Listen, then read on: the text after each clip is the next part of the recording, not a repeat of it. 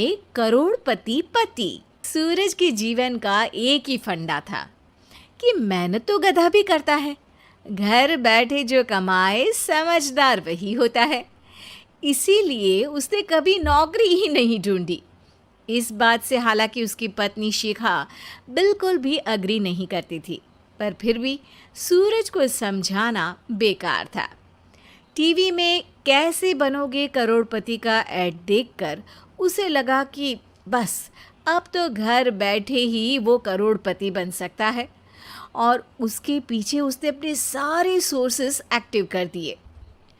2 हफ्ते में उसके कलीग के साले के पड़ोसी के बेटे का सोर्स निकलता है जो कि उसे शो में पहुंचा सकता है, और सूरज उससे मिलने चला जाता है। अच्छा, तो हमें मुकेश जी बता रहे थे कि आप हमें शो में पहुंचा सकते हैं। हाँ, उसमें कोई तकलीफ नहीं है। मैं कल अगर कोशिश करूँ तो इसी महीने में आपका नंबर आ जाएगा। अरे ये तो बहुत बढ़िया हो गया। अच्छा, वो सिलेबस और क्वेश्चन पेपर का कोई जुगाड़ है क्या? हैं? उसका तो कोई जुगाड़ नहीं है। तो वो वाकई में कुछ भी पूछ सकते हैं?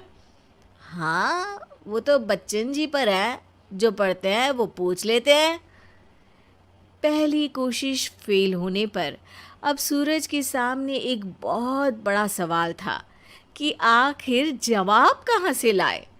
तब शिखा ने एक सजेशन दिया, क्यों ना सूरज अपने चचेरे भाई सुमित से मदद मांगे, जो कि यूपीएससी की तैयारी कर रहा था। हालांकि इतनी मेहनत करना सूरज को समझ में नहीं आता था, पर कोई और रास्ता ना मिलने पर वो आखिर सुमित से बात करता है। अरे सुमित, हमारा कैसे बनोगे करोड़पति के लिए सिलेक्शन होने वाला है। तुम हमें थोड़े चिट बनाने में मदद करोगे क्या? अरे भैया, चिट बनाए तो सालों हो गए, उसमें हमारा एक्सपर्टीज नहीं है, बल्कि आप बोलो तो हम आपकी पढ़ने में ज़रूर मदद कर सकते हैं। हट, कैसी अनाप शनाप बातें कर रहा है तू। सूरज ने सुमित को मना तो कर दिया था, पर तैयारी करने के सिवाय कोई चारा उसे दिख भी नहीं रहा था।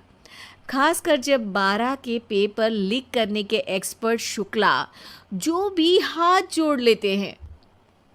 आखिर सूरज को सुमित के पास जाना ही पड़ा, और उसने सुमित और शिखा से वादा किया कि वो बहुत मेहनत करेगा। 1 महीने की तैयारी के बाद फाइनल हुआ कि शो से 1 हफ्ते पहले एक ट्रायल खेला जाएगा, जहां पर सारे रिश्तेदार ऑडियंस की जगह पर होंगे और शिखा सवाल पूछेगी। दूर दराज से भी रिश्तेदार आकर हाजिर हो गए देखने कि आखिर कैसे बनेगा सुमित करोड़पति। सब कुछ सेट था, और इतने में सूरज आकर अपना स्पीच देता है। ये 1 महीना मेरे लिए आसान नहीं था, पर अपने भाई सुमित और अपनी पत्नी शिखा की मदद से मैं इतनी दूर पहुंच पाया हूँ। मेरे मम्मी पापा के आशीर्वाद ने भी बहुत साथ दिया है मेरा। मैं उम्मीद करता हूँ कि आज के शो में आप लोगों को बहुत मज़ा आएगा। साक्षी पहला सवाल पूछती है और पूरे कमरे में सन्नाटा छा जाता है। इंडिया में कितने स्टेट्स हैं? 3, सॉलिड, लिक्विड और गैस। अरे रुकिए, तो ऑप्शंस तो देने दीजिए। इतने में 5वीं कक्षा का चिंटू बोल उठता है, अरे क्या मामा, आप तो पहले सवाल पर ही आउट हो गए। अरे बेटा, पहला सवाल तो ट्रायल होता है ना। अरे तुम अब देखना। देखने जैसी बात तो थी ही। सूरज को इतना शांत किसी ने नहीं देखा था। कभी कभी तो लगता था मानो सूरज आंख खोलकर ही सो गया हो। मामा जल्दी करो प्लीज, कल सुबह पनवेल भी तो निकलना है। अरे हट, कंसंट्रेट करने दे मुझे। 3 सवाल में 3 लाइफलाइन खत्म हो चुकी थी, और अब चौथे सवाल पर भी सूरज का मौन नहीं टूटा। पर सूरज अभी भी हार मानने को तैयार नहीं था। उधर हर कोई सूरज को छोड़ सुमित को देख रहे थे।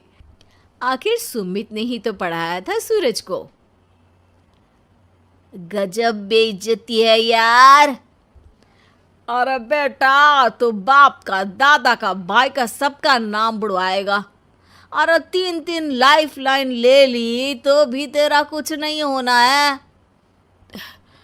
अरे कोई इतनी बात करता है क्या शो पर? अरे बेटा, शो पर तेरे जैसे भी तो नहीं आते ना।